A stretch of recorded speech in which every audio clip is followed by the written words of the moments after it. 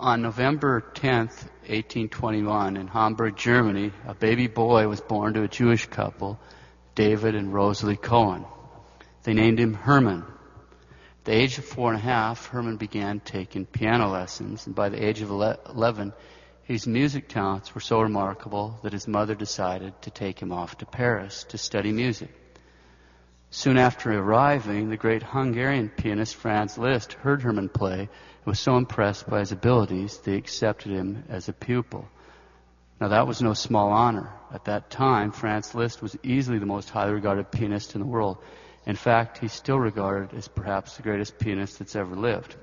He was wildly famous also. He was sort of a 19th century version of a modern rock and roll star. Liszt had fully intended to leave all this worldly fame and fortune behind and go and study for the priesthood, but he was blocked by his own Catholic father.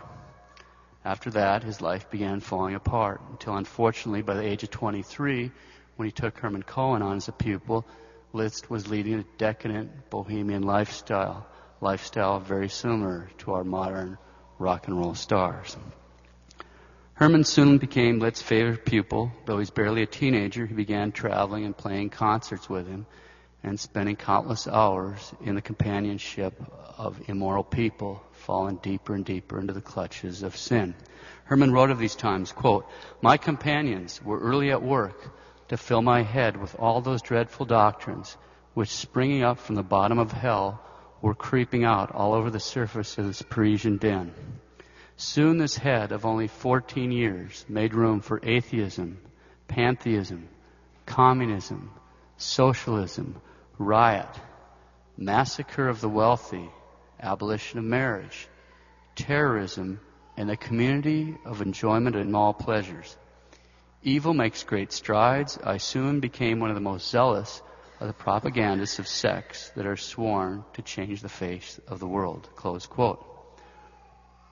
During all this time, Herman became impossibly vain and arrogant and such a slave to his passions that in spite of the fact he made tons of money, he blew it all in gambling and high living. For years, his life was almost totally out of control. He describes those times. "I was unbelievably successful in everything I did, and all the seductions of the world seized my spirit. My life was at that time a complete abandonment to all my whims and indulgences. Was I happier for it? No. The thirst for happiness which was devouring me was not quenched in the least. I was gagged, enchained by these fetters of slavery. I understood that I had to break these fetters, and I couldn't. All the young people of my acquaintance lived like me, looking for pleasure everywhere it was offered, arduously desiring riches, so as to be able to pursue all their inclinations, to satisfy all their whims. As for thoughts of God, they never entered into their mind." Close quotes. And so Herman spent his teen years with fame, fortune, and unhappiness. He's a miserable slave of sin. Till one Friday evening in May of 1847, when he's 26 years old, the music director at a church in Paris asked Herman to come play the organ during benediction. At the very moment of benediction, Herman was overcome with a strange sensation. Quote, "My mind found itself withdrawn from the agitation of the world, penetrated by something totally unknown to it previously. I was constrained to bow against my will. Coming back the following Friday, I had the same experience, and suddenly the thought touched me to become a Catholic." Close quote. A few days later, he's passing the church and heard the bell ring for Mass. He walked in and wound up staying through 3 Masses. That same afternoon, something drew him to church again. When he walked in, he found the Blessed Sacrament exposed, and all of a sudden, some power pushed him down onto his knees. Quote, "I felt, as it were, a great weight descend upon me, which forced me to my knees, yes, even to bow to the ground in adoration." Close quote. Later that day, he went to a friend's house and borrowed a prayer book so he could study up on this mysterious Catholic devotion. He wound up spending the whole night thinking about the Most Blessed Sacrament. He wasn't sure what to do next, but he started attending Mass frequently. He found himself more and more excited and filled with interior joy, but he was still unsure of what it all meant. In August, still in this condition, he went to Germany to give a concert and attended Sunday Mass. And at the very moment of the elevation, he burst into tears. Quote, I had often wept in my childhood, but never such tears as these. Spontaneously, as if by intuition, I began to make a general confession to God of all the enormous sins committed since my childhood. I saw them there, piled up before me by the thousands, hideous, repulsive, worthy of the wrath of the sovereign judge. And yet I also felt an unfamiliar calm which spread its balm on my soul, that the God of mercy would forgive me these, that he would take pity on my sincere contrition, on my bitter sorrow.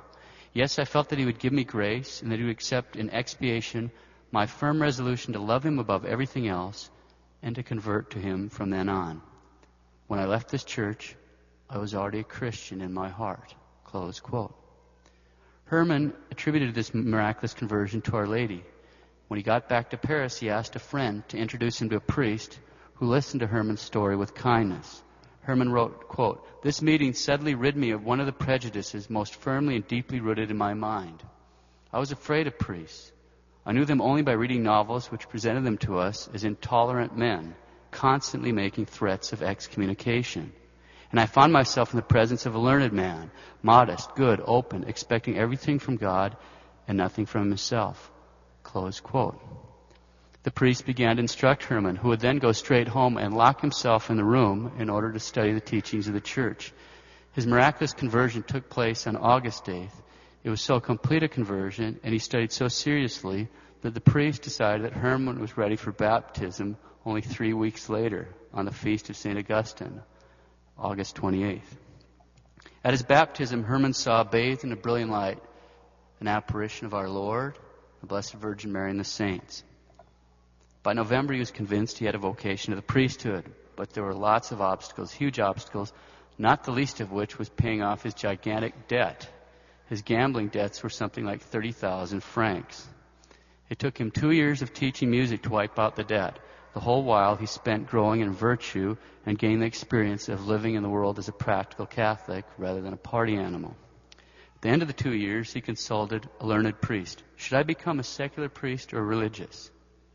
Have you the courage to let yourself be spit upon in the face and say no word? Yes. Then go be a monk. So he tried to join the Carmelites, but he's refused. Without a special dispensation from Rome, a Jew could not be admitted.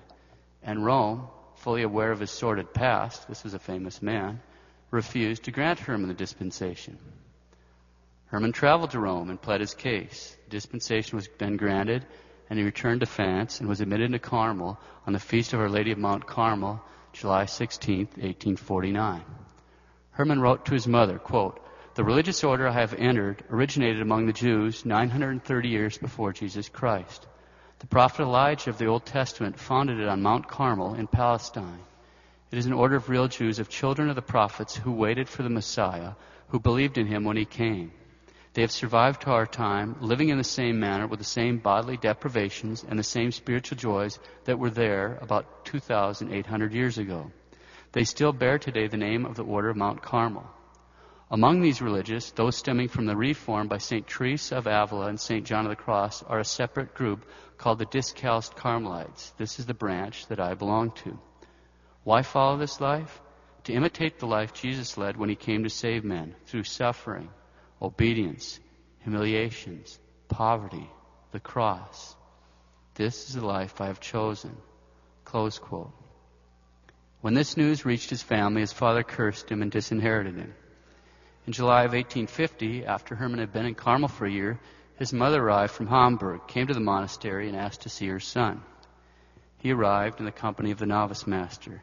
She swooned, fell into his arms, refused to be consoled, generally had a histrionic fit, and carried on till he finally had to leave and go to the divine office. She begged him to come back to the world with him, but he held firm. She spent a week there, caterwauling, carrying on like this, but he held firm. Finally she left, cursing those who had taken her son away from him. Incredibly enough, in April of 1851, now this is less than 4 years after his baptism and less than 2 years after he went into Carmel, he was ordained a priest. His name and religion had been changed from Herman Cohen to Father Augustine Maria of the Most Blessed Sacrament. Initially, he was sent to the south of France to preach, and his preaching there resulted in the conversion of a great number of sinners and many Jews. In April of 1854, he was sent to Paris, the scene of his previously wild life. His sermon began, quote, "My brothers, my first act when appearing in this Christian pulpit must be the making of amends for the scandals that I previously made the mistake of committing in this city. What right, you could tell me, do you have to preach? You, whom we have seen dragging yourself around in the mud of an immodest immorality and openly professing every kind of error. Yes, my brothers, I confess that I have sinned against heaven and against you. The mother of Jesus revealed the Eucharist to me. I met Jesus, I met my God, and soon I became a Christian. I requested holy baptism, and the holy water flowed on me. Instantly, all my sins, those horrible sins of 25 years of crime, were wiped away. And my soul instantly became pure and innocent. God, my brothers, has forgiven me. Do you not forgive me as well?" Close quote. He turned to a group of young men present and begged them to follow him and share in his happiness. Many of the people present, including some of his former companions in sin, were touched by grace and converted. Father Augustine Marie prayed fervently for the conversion of his family, and he was granted the grace to see 10 members of his family enter the church, including 2 of his brothers and 1 sister, but his mother remained Jewish to the end. His superiors sent Father Augustine Marie throughout France, Switzerland, Ireland to preach. Blessed Pius IX sent him to England to restore the Carmelite order. Within 2 years of Father Augustine's arrival, there were 7 houses, including 2 in London. These were the first monasteries erected since Henry VIII had destroyed everything. In spite of his weak health, he was constantly being sent here and there. As he said, "In spite of my conversion, I am always the wandering Jew." In June of 1862, Father Augustine Marie found himself in Rome. During his time there, he caught up with an old friend whom he hadn't seen in many, many years. This old friend had also had a major conversion, perhaps as a result of the intense prayers of Father Augustine Marie, and he was now a diocesan cleric and a third order Franciscan secular. Franz Liszt had returned to the faith of his youth. They visited and played the piano together at a Carmelite monastery, and Liszt received communion from his former pupil.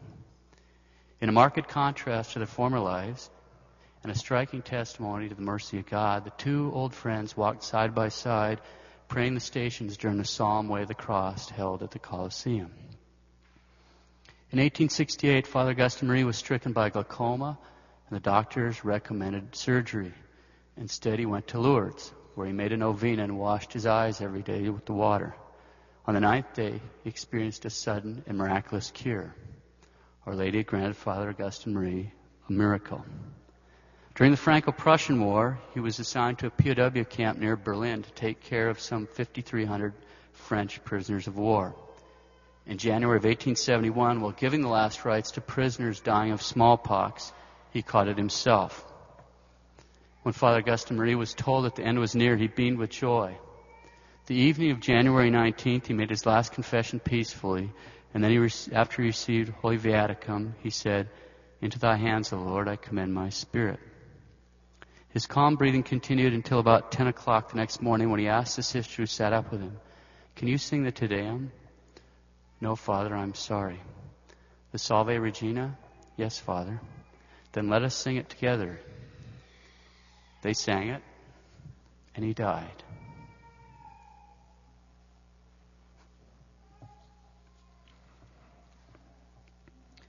There's a lot here to ponder. For the sake of time, we'll just consider a few of the lessons that he can teach us. Young people, you should especially ponder this. First lesson, the absolute importance of avoiding sin and sinful companions.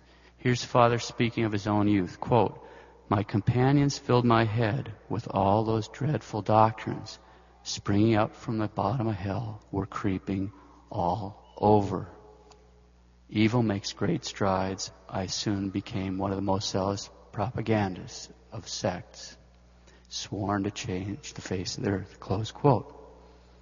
Second lesson, the absolute importance of virtue, of leading a virtuous life, and avoiding the danger of high living and worldliness. He used to say, quote, "The most important thing is not to acquire a taste for the things of this world. The effect of daily prayer is precisely to disillusion us as to the attractiveness of all these things and to arouse in us the desire for Jesus alone. The God of love is jealous. He wishes to reign alone, to be loved, tasted, desired. Close quote. Finally, no matter how bad we've been, no matter how bad, we can become holy. The grace of God that worked miracles in the life of Herman Cohen, that grace can work miracles in our own lives, no matter how bad we've been. Although he hasn't been canonized yet, so far he's been declared venerable, I consider him a saint for modern times. Since he's a venerable, that means he still needs miracles to be beatified and canonized.